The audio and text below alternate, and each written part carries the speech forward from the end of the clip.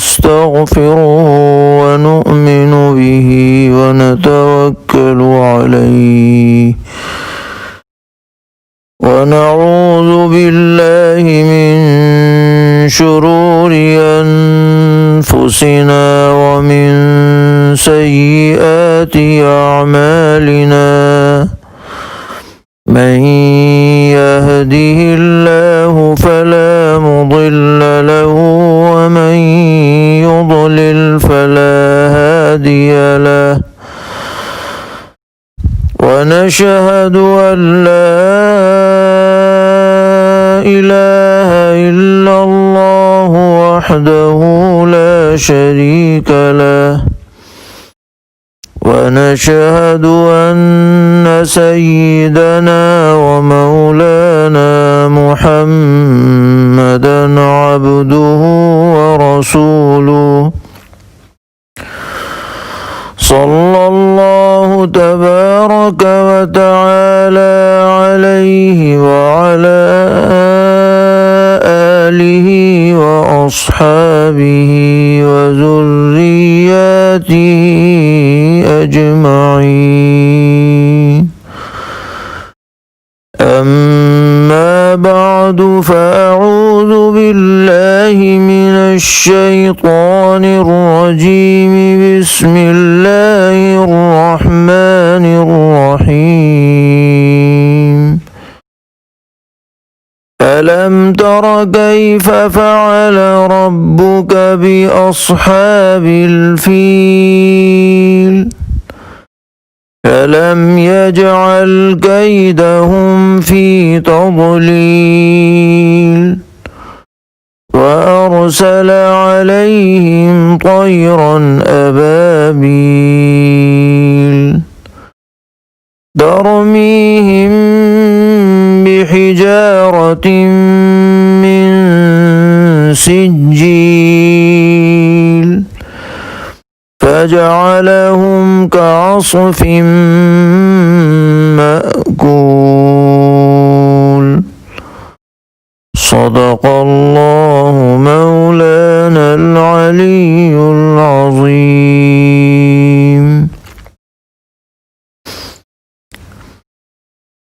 یہ سورہ فیل ہے جو مکہ معظمہ میں نازل ہوئی اور صرف 5 آیتوں پر مشتمل ہے۔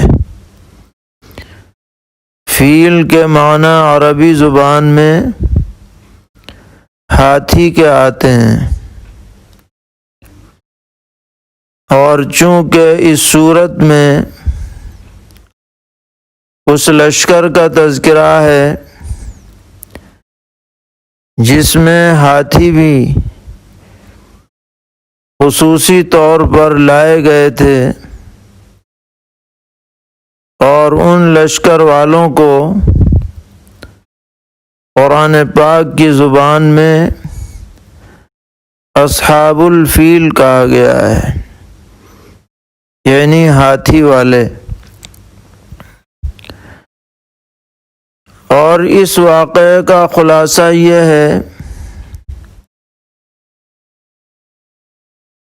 کہ یمن کے علاقے پر حمیری قبیلے کے لوگ حاکم تھے جو اصلاً مشرک تھے، اور ان کا ایک بادشاہ تھا جس کا نام ذو نواس بتلایا گیا ہے۔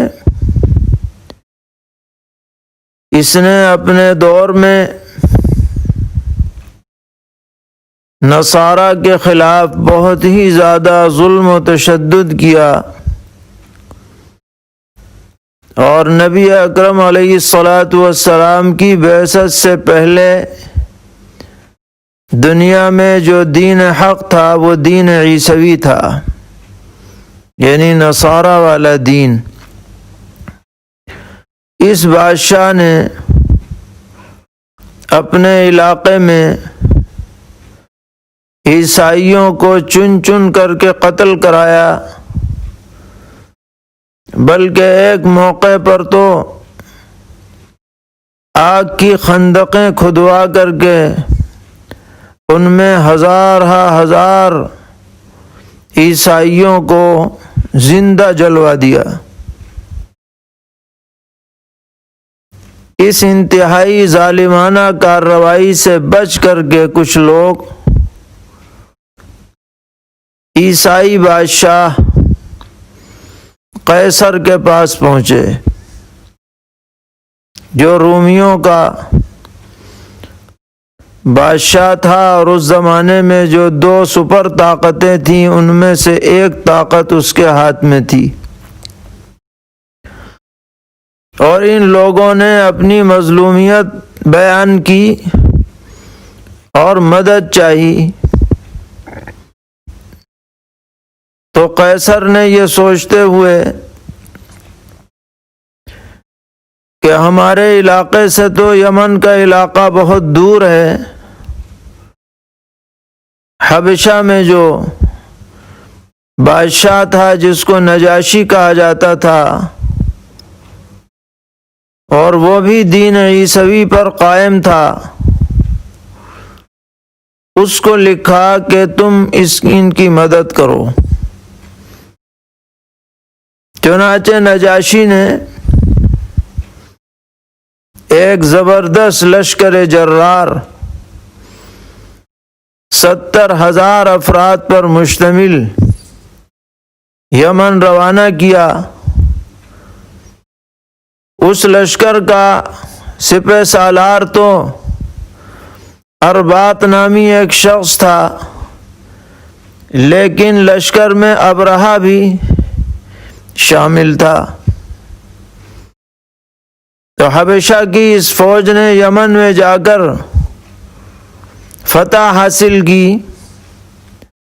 اور پورے علاقے کو اپنے قبضے میں لے لیا، اور جو حمیریوں کا ظالم بادشاہ تھا ذو نواس، وہ سمندر میں جا کر کے غرق ہو گیا۔ پھر کچھ عرصے کے بعد ابرہہ اور اربات میں انبن ہو گئی، اور نتیجہ یہ نکلا کہ ابرہہ نے اربات کو قتل کر دیا اور خود پورے علاقے کا حاکم بن گیا۔ اس کے بعد اس کے دماغ میں یہ سنک سوار ہوئی کہ لوگ حج کرنے کے لیے مکہ معظمہ کیوں جاتے ہیں، بیت اللہ شریف کے طواف کے لیے کیوں جاتے ہیں۔ اس پر اسے حسد ہوا، اور اس نے صنعاء جو یمن کا شہر ہے وہاں پر ایک بہت ہی عالیشان گرجا گھر تعمیر کرایا، بہت ہی زیادہ اس پر پیسہ خرچ کیا، اسے سجایا سنوارا، طرح طرح کے پتھر ہیرے جواہرات منگائے، اس میں جڑوائے اور لگوائے، اور جب وہ بن کر کے تیار ہو گیا تو لوگوں میں یہ تبلیغ شروع کی کہ اب کہیں جانے کی ضرورت نہیں ہے، جس کو بھی جانا ہو وہ یہاں آئے، اس گرجا گھر میں آ کر کے عبادت کرے، اب کہیں اور جانے کا موقع نہیں ہے۔ جب یہ بات اس نے شدت سے چلائی تو اس زمانے میں جو اہل عرب تھے وہ اگرچہ دین حق پر نہیں تھے، لیکن ان کی سرشت کے اندر بیت اللہ شریف کی عظمت اور اہمیت جاگزی تھی، اور دین ابراہیمی کے کچھ آثار ان کے اندر پائے جاتے چلے آ رہے تھے۔ ان کو بہت غصہ آیا کہ اسے اگر گرجا گھر بنانا تھا تو بناتا، لیکن بیت اللہ شریف کی مخالفت کا کیا تک ہے؟ چنانچہ کچھ سرپھروں نے جا کر اس گرجا گھر کو ناپاک کر دیا، اور بعض روایتوں میں ہے کہ اس کے قریب اپنا خیمہ لگایا، اس میں آگ جلائی، اور وہ آگ اتنی بڑھی کہ گرجا گھر کا کچھ حصہ بھی جل گیا۔ یہ باتیں جب ابرہہ کو معلوم ہوئیں تو وہ غصے میں آپے سے باہر ہو گیا، اور اس نے ایک لشکر تیار کرنے کا حکم دیا کہ مکہ معظمہ پر چڑھائی کی جائے گی، اور نعوذ باللہ بیت اللہ شریف کو، کعبہ مشرفہ کو ڈھا دیا جائے گا، تاکہ جب وہ باقی ہی نہ رہے تو یادگار ہی ختم ہو جائے، اور لوگ وہاں جانا چھوڑ کر کے اور اس کے بنائے ہوئے گرجا گھر کی طرف آنے لگے۔ اس نے نجاشی بادشاہ کو لکھا کہ ہمارا اس طرح کا ارادہ ہے، تو نجاشی نے بھی اس کی تائید کر دی، اور اس نے خصوصی طور پر لشکر میں شامل کرنے کے لیے کئی سدے ہوئے ہاتھی بھجوا دیے۔ تاریخ میں لکھا ہے کہ ایک بہت ہی سدا ہوا زبردست ہاتھی تھا جس کا نام محمود تھا، وہ اس نے خصوصی طور پر بھیجا کہ اسے آگے رکھا جائے۔ چنانچہ یہ لشکر جرار یمن سے روانہ ہوا۔ راستے میں کچھ عرب قبائل نے جمع ہو کر کے اس کو روکنے کی بھی کوشش کی، لیکن اللہ تعالیٰ کی حکمت کہ جو بھی قبیلہ سامنے آتا گیا یہ ابرہہ اس پر غالب رہا، اور ان کے سرداروں کو گرفتار کرتا رہا۔ ذو نفر نام کا ایک سردار تھا، اس کو گرفتار کیا۔ قبیلہ خثام کا سردار تھا نفیل ابن حبیب، اس کو گرفتار کیا۔ الغرض بڑی ہی شان و شوکت کے ساتھ یہ لشکر جرار مکہ معظمہ کی طرف بڑھتا چلا جا رہا تھا۔ جب یہ قبیلے بنو ثقیف کے پاس سے گزرا تو انہوں نے یہ سوچ کر کہ ہم مقابلہ تو کر ہی نہیں سکتے، ابرہہ کے لشکر کے سامنے سپر ڈال دی، اور یہ کہا کہ تم ہمارے معبود لات اور اس کے گھر کے بارے میں تو کوئی اقدام نہ کرو تو ہم تمہارے ساتھ ہیں۔ چنانچہ ابرہہ نے ان کی شرائط کو قبول کر لیا، تو انہوں نے ایک شخص تھا جس کا نام ابو رغال ہے، اس کو ساتھ کر دیا کہ یہ راستہ بتائے گا مکہ معظمہ تک پہنچنے کا۔ چنانچہ وہ رہبر بن کر کے مکہ معظمہ کے اطراف میں ایک جگہ ہے مغمس، وہاں تک اس لشکر کو لے آیا۔ یہاں اہل مکہ کے اونٹ چرا کرتے تھے، تو ابرہہ کے لشکر والوں نے ان اونٹوں کو پکڑ لیا، جن میں سے 200 اونٹ نبی اکرم صلی اللہ تعالی علیہ وسلم کے دادا خواجہ عبد المطلب کے تھے، جو اس وقت قریش کے سب سے بڑے سردار سمجھے جاتے تھے۔ مغمس میں قیام کے بعد ابرہہ نے اپنا ایک نمائندہ بھیجا مکہ معظمہ شہر میں، اور یہ پیغام دے کر بھیجا کہ ہم جنگ کرنے نہیں آئے ہیں، ہمارا ارادہ تو کعبہ مشرفہ کو ڈھا دینے کا ہے۔ اگر آپ لوگ مقابلے میں نہ آئیں تو ہمیں آپ کی جان لینے کا کوئی شوق نہیں ہے، ہاں اگر کوئی مقابلے میں آئے گا تو پھر لڑائی ہوگی۔ یہ پیغام دے کر بھیجا۔ یہ قاصد جب مکہ معظمہ پہنچا اور لوگوں سے پوچھا کہ بھئی تمہارا امیر سردار کون ہے، تو سب نے خواجہ عبد المطلب کا پتہ بتا دیا۔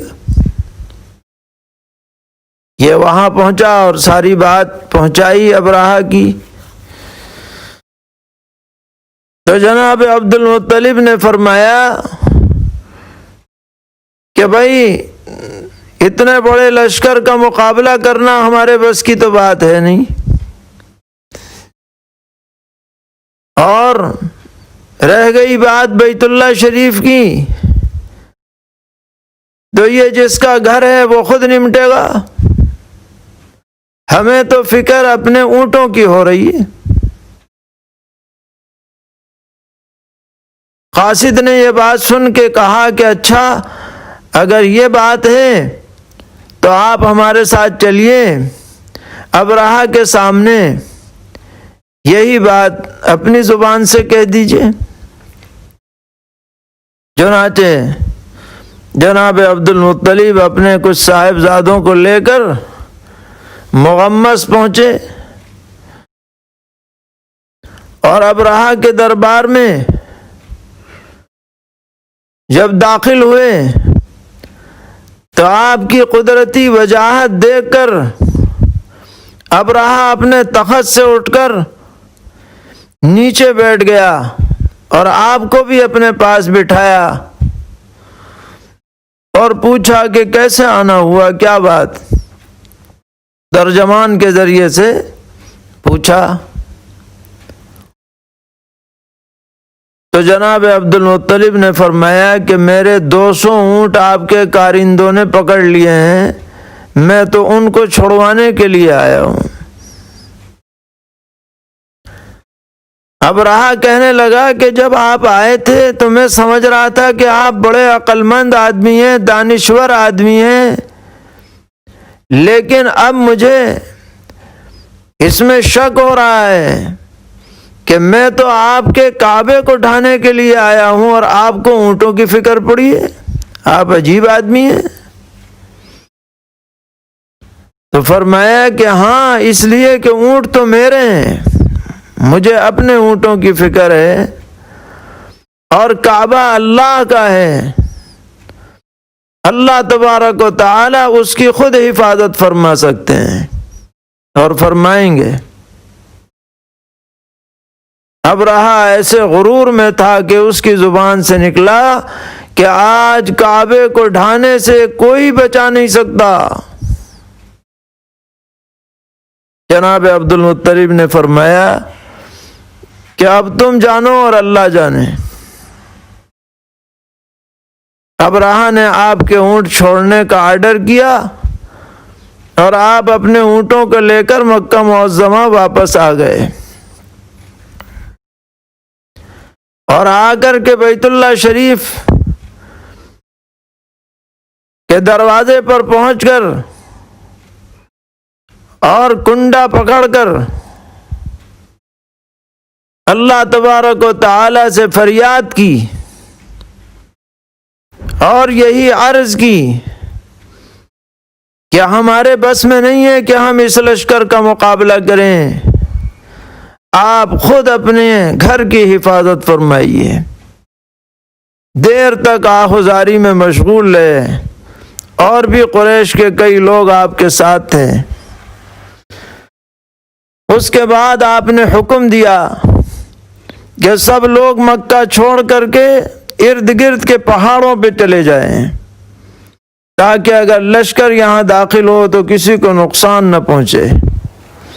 اور خود بھی ایک پہاڑی پہ چلے گئے۔ ادھر ابرہہ نے تیاری کی اور لشکر وہاں سے چڑھائی کے لیے روانہ ہوا۔ اس وادی میں پہنچا جو منی اور مزدلفہ کے درمیان میں ہے، جس کو وادی محصر آج کہا جاتا ہے۔ تو ایک عرب سردار جو لشکر کے ساتھ چل رہے تھے، نفیل ابن حبیب قبیلہ بنو خثعم کے سردار تھے، انہوں نے وہ جو ہاتھی چل رہا تھا محمود، اس کے کان میں جا کر کے کہا کہ یہ اللہ کا گھر ہے، یہ اللہ کا حرم ہے، یہ اللہ کی حفاظت میں ہے، اگر تو اپنی خیر چاہتا ہے تو یہیں بیٹھ جا اور آگے نہ بڑھ۔ چنانچہ کان میں یہ بات پڑتے ہی وہ ہاتھی فوراً وہیں کا وہیں بیٹھ گیا۔ ادھر یہ نفیل وہاں سے نکل کر گئے اور پہاڑی پہ چلے گئے۔ اب یہ لاک اٹھا رہے ہیں اسے، لیکن وہ اٹھتا ہی نہیں۔ لیکن جب اسے واپس چلنے کو کہیں تو واپس چلنے کو تیار، دائیں جانے کو کہیں تو دائیں جانے کو تیار، بائیں جانے کو کہیں تو بائیں جانے کو تیار، مگر مکے کی طرف جانے کے لیے تیار نہیں، فوراً وہیں کا وہیں بیٹھ جاتا ہے۔ ساری کوششیں کر لیں، ہر ممکن جتن کر لیے، لیکن کامیابی نہیں ملی۔ اسی درمیان میں کیا دیکھتے ہیں کہ چند پرندوں کا جھنڈ آ رہا ہے، اور یہ پرندے کبوتر سے چھوٹے تھے اور لال پنجوں والے تھے، اور ہر پرندے کے ساتھ 3 کنکریاں تھیں جو چنے کے یا اڑد کی دال کے برابر، ہر پنجے میں 1 کنکری اور 1 چونچ میں کنکری۔ یہ پرندے بڑی تعداد میں آ کر لشکر پر چھا گئے، اور انہوں نے اللہ کے حکم سے وہ کنکریاں ان پر برسانی شروع کیں۔ تو اللہ کی قدرت کا ایسا مظاہرہ ہوا کہ ہر کنکری اپنے اندر ایک زہریلا اثر لیے ہوئے تھی، جو جس پر پڑتی تھی پورے بدن کو پار کر کے زمین تک نکل جاتی تھی۔ اب اس کنکریوں کے حملے سے بھگدڑ مچ گئی پورے لشکر میں۔ کچھ تو وہیں مر گئے اور کچھ جو واپس بھاگے، تو جس کے بدن پر وہ کنکری لگ گئی تھی تو ایسی سمیت اس کے بدن میں پیدا ہو گئی کہ بدن ٹکڑے ٹکڑے ہو کے گرتا رہا، پیپ اور مواد پیدا ہوتا رہا، خارشوں سے بھر گیا، اور سب سے برا حال ابرہہ کا ہوا۔ اسے پکڑ کر واپس صنعاء لے جایا گیا۔ تو ابن ہشام نے لکھا ہے کہ پہنچتے پہنچتے اس کا حال ایسا ہو گیا جیسے کہ چوزے کا بچہ ہوتا ہے، اور وہاں پہنچ کر اس کا بدن پھٹ گیا، سینے سے دل باہر آ گیا، اور اسی میں انتہائی بری حالت میں اس کی موت آئی۔ تو جو قرآن پاک نے نقشہ کھینچا ہے کہ آئے تھے بیت اللہ شریف کو ڈھانے کے لیے، لیکن اللہ تعالیٰ نے اپنی ایک کمزور مخلوق سے وہ کام لے لیا جو بڑے بڑے ایٹم بم سے کام نہیں ہو سکتا ہے، اور اس پورے لشکر کو اور یہاں آنے والوں کو ایسا بنا دیا جیسے کہ بھوس ہوتا ہے اور کٹی ہوتی ہے کٹی ہوئی،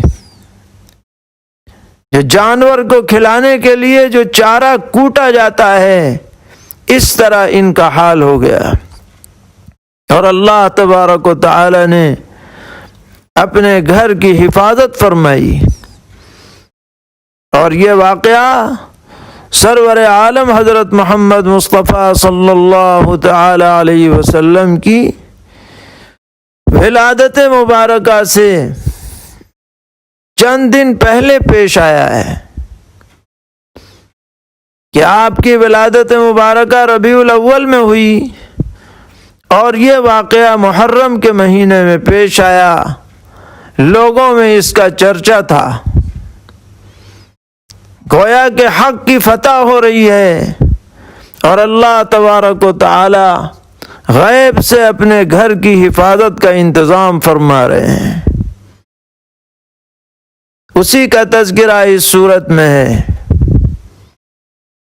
جو پوری دنیا کے لیے نمونہ عبرت ہے۔ جس اللہ تبارک و تعالی نے اپنی قدرت سے ابرہہ کے لشکر جرار کو بھوسا بنا دیا ہے، وہی اللہ تبارک و تعالی اسی طاقت و قوت اور شان و شوکت اور جاہ و جلال کے ساتھ آج بھی ہے اور ہمیشہ رہے گا۔ وہ اپنے دشمنوں کو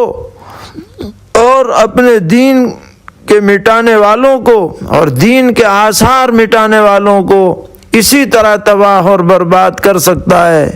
اور کرنے پر قادر ہے، جیسا کہ اس نے ابرہہ کے لشکر کو برباد کیا ہے۔ فرمایا أَلَمْ تَرَ كَيْفَ فَعَلَ رَبُّكَ بِأَصْحَابِ الْفِيلِ، کیا آپ نے نہیں دیکھا کہ تیرے رب نے کیا کیا ہے ہاتھی والوں کے ساتھ؟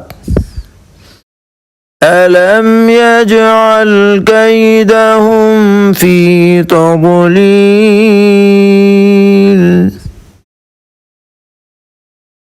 کیا نہیں کر دیا ان کے منصوبوں کو غلط؟ جو ان کی تدبیریں تھیں بڑے شان و شوکت سے چلے تھے، بڑے دعووں کے ساتھ چلے تھے، اللہ تعالیٰ نے ان کی ساری تدبیروں کو انہی کے اوپر الٹ دیا۔ وَأَرْسَلَ عَلَيْهِمْ طَيْرًا أَبَابِيلَ، اور بھیجے ان پر اڑتے جانور، ٹکڑیاں ٹکڑیاں۔ ابابیل کوئی الگ سے جانور کا نام نہیں ہے، بلکہ ابابیل ایک جمع غفیر کو کہا جاتا ہے۔ ہمارے ہاں ایک چڑیا کو ابابیل کہتے ہیں، وہ غول کا غول بنا کے آتی ہے، وہ مراد نہیں ہے یہ، بلکہ یہ لکھا ہے کہ یہ ایسی چڑیائیں تھیں کہ جو اس سے پہلے کبھی دیکھی نہیں گئیں، اس کے بعد بھی کبھی دیکھی نہیں گئیں۔ اللہ تعالیٰ کا خصوصی لشکر تھا، اسپیشل فورس تھی جو بھیجی گئی۔ ترمیہم بحجارۃ من سجیل، جو پھینکتے تھے ان پر پتھریاں جو کنکر کی تھیں، جیسے کہ پکی ہوئی اینٹ ہوتی ہے، اس طرح کی کنکریاں تھیں۔ اللہ نے انہی میں ایسی تاثیر پیدا فرما دی۔ فَجَعَلَهُمْ كَعَصْفٍ مَأْكُولٍ، پھر ان کو کر ڈالا جیسے کہ بھس کھایا ہوا، یعنی جیسے کہ بھوسا ہوتا ہے، اس طرح سے ان کو تتر بتر کر دیا، کاٹ کر کے رکھ دیا۔ تو اس واقعے سے اللہ تعالیٰ کی قدرت ظاہر ہوئی کہ وہ جب حفاظت کرنے پر آتے ہیں تو دنیا کی کوئی طاقت اس کا مقابلہ ہرگز نہیں کر سکتی ہے۔ اللہ تبارک و تعالی ہم سب کو اس بات پر کامل ایمان و یقین عطا فرمائیں، ہر قسم کے شرور سے ہم سب کی حفاظت فرمائیں، دشمنوں کے تسلط سے نجات عطا فرمائیں، ہر طرح کی عافیت نصیب فرمائیں۔ وآخر دعوانا ان الحمد للہ رب العالمین۔